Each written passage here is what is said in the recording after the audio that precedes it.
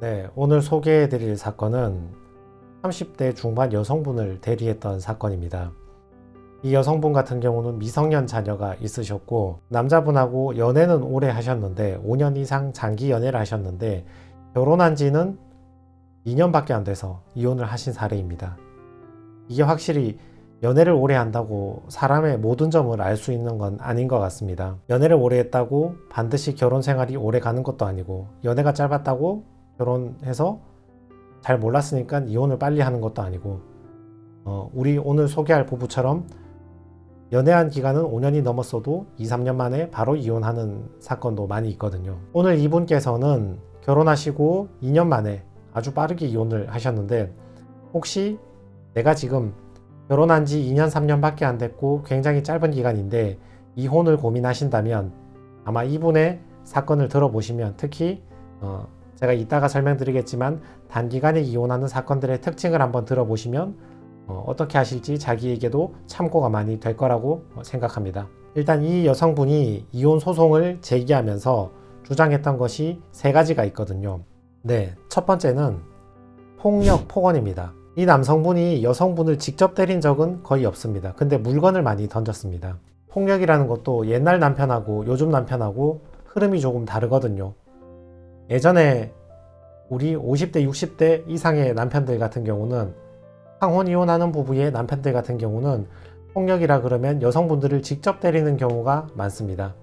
근데 지금의 2030 세대에서 이혼하는 경우의 폭력이라 하면 직접 때리는 거는 예전 세대에 비해서 많이 줄어들었고, 뭔가를 집어 던지는 일이 많습니다.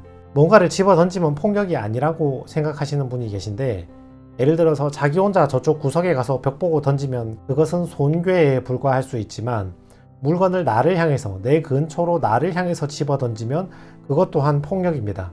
이 집 남편이 어떤 물건 같은 것, 집안의 집기 같은 것을 이 여자분한테 자주 좀 집어 던지셨습니다. 그래서 그게 깨지는 일이 많았죠. 여기 이런 사진 증거가 있는데 보시면 어떤 물건을 집어 던져서 깨진 흔적들이죠. 이거 말고도 증거는 많았는데, 여러분께서도 혹시 이혼을 고민하신다면 남편이 무엇인가를 집어 던져서 손괴를 했을 때 그걸 사진을 찍어 두시면 나중에 법정에서 증거가 될 수 있습니다. 두 번째는 욕설, 폭언입니다. 남자분이 자기가 화가 나면 언어 폭력을 많이 하시죠. 이것도 60, 70 세대, 저기 많은 세대하고 20, 30 세대하고 차이가 좀 많이 나죠. 옛날 분들은 욕도 많이 하시지만 손이 바로 먼저 나가시는데, 요즘 세대 같은 경우는 이제 직접적으로 이렇게 때리는 것보다는 말로써 언어 폭력이 많이 나오죠. 예를 들면 뭐 무식한 뭐 X야, 뭐 그것도 모르냐, 말귀도 못 알아먹네, 짜증난다, 뭐 왜 전화를 안 받냐. 예를 들어서 전화를 늦게 받는다, 이런 문제 같은 경우는 바쁘면 늦게 받을 수도 있잖아요.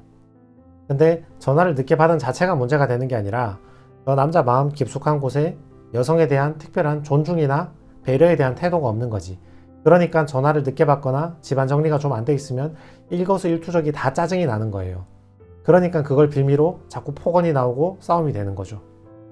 세 번째는 경제적 무능력입니다. 작년, 재작년에 코로나 팬데믹이 번지면서 많은 분들이 실직을 많이 하셨잖아요. 이 집 남편도 그때 실직을 했거든요. 실직 자체는 그럴 수 있어요. 살다 보면 실직도 할 수 있고 일자리를 잃을 수 있는데, 그 뒤로 그 사람이 노력을 했다거나 그런 삶에 대한 태도가 문제인 거잖아요. 실직을 했으면 그래도 최대한 노력해서 경제적으로 보탬이 되기 위해서 노력을 해야 되는데, 그냥 뭐 저 직장 좀 알아보고 다니다가 마음에 안 들면 또 그만둬버리고, 한참 집에서 놀다가 또 다른 직장 한번 알아보다가 다니다가 또 안 되면 그만둬버리고, 이런 일들이 계속 반복이 되는 거죠. 한 군데 오래 붙어있지 못하고. 여기서 소송에서 꿀팁이 하나 들어가는데, 내가 생활비를 못 받았을 경우에 생활비 못 받은 것은 별도로 입증하실 필요가 없습니다. 못 받았다 말만 하면 보내줬다는 저 사람이 자기가 보내줬다는 것을 계좌 내역을 제출해야 되는 거니까, 내가 받은 적이 없는데 안 받은 걸 어떻게 입증을 합니까? 계좌 내역 몇 개만 제출해서 2달, 3달 기간 봐라, 돈 받은 거 하나도 없다, 요 정도만 주장해 주시면 나머지는 남편이 입증을 해야 되니까 입증하는 게 크게 어렵지 않습니다. 특히 여성분이 경제적인 무능력인데 집안일도 안 도와준다, 여기서 화가 나는데, 여기서 가장 여성분에게, 제가 봤을 때 여성분들에게 가장 오랫동안 마음에 남아있는 게 출산했을 때인 것 같습니다. 이혼 상담하러 오면 그때 얘기를 정말 많이 하십니다. 내가 애 놓고 얼마 안 됐을 때 남편이 와보지도 않았다, 신경도 안 쓰더라, 배려도 안 해주더라, 조금 더 도와주지 않더라. 이런 것들은 정말 두고두고 마음에 오래 남는 것 같습니다. 몇 년이 지나서 이혼을 하러 와도 그 얘기는 꼭 하시더라고요. 자, 여성분이 이혼을 주장한 네 번째 가장 중요한 이유였습니다.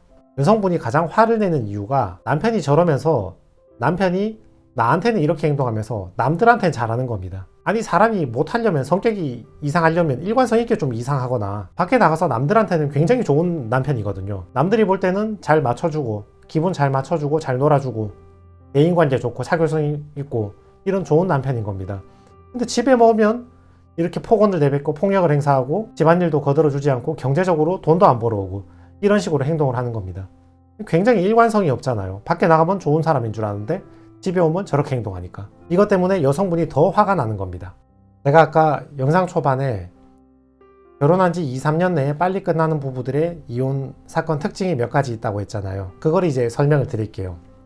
첫 번째는 재산 분할할 게 별로 없습니다.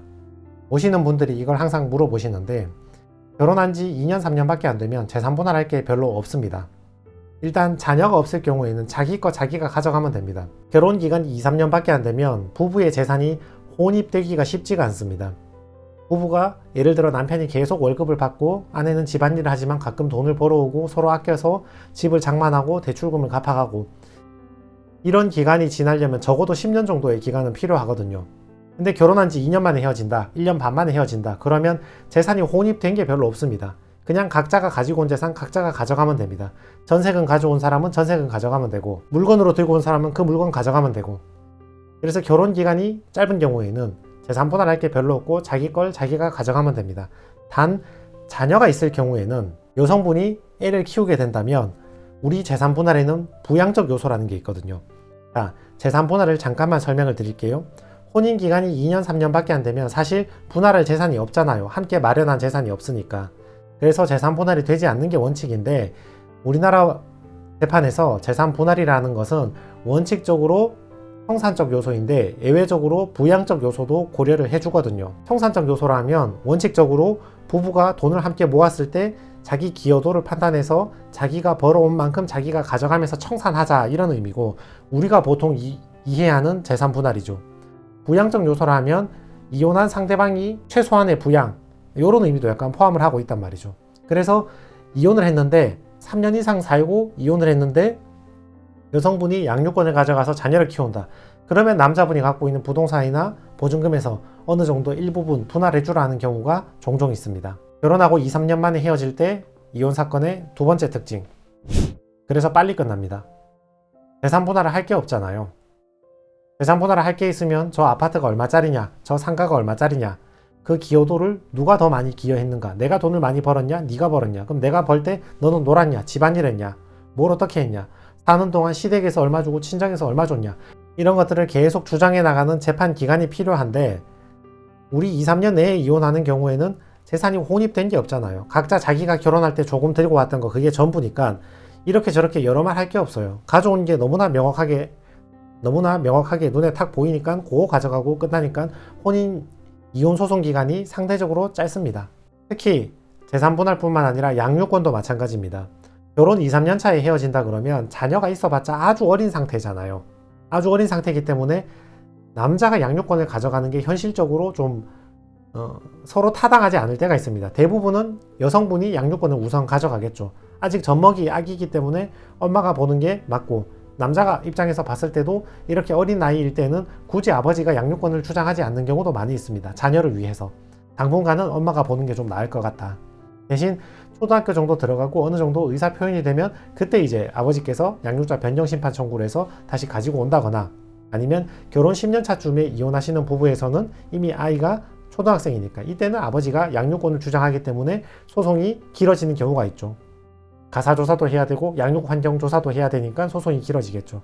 그렇지만 2, 3년 만에 헤어질 때는 자녀 자체가 너무 어리기 때문에 양육권이 어머니한테 가는 경우가 많기 때문에 또 여기에 대해서 남편과 아내 서로 의견이 크게 차이가 나는 경우가 잘 없기 때문에 이혼 소송이 빨리 끝나게 됩니다.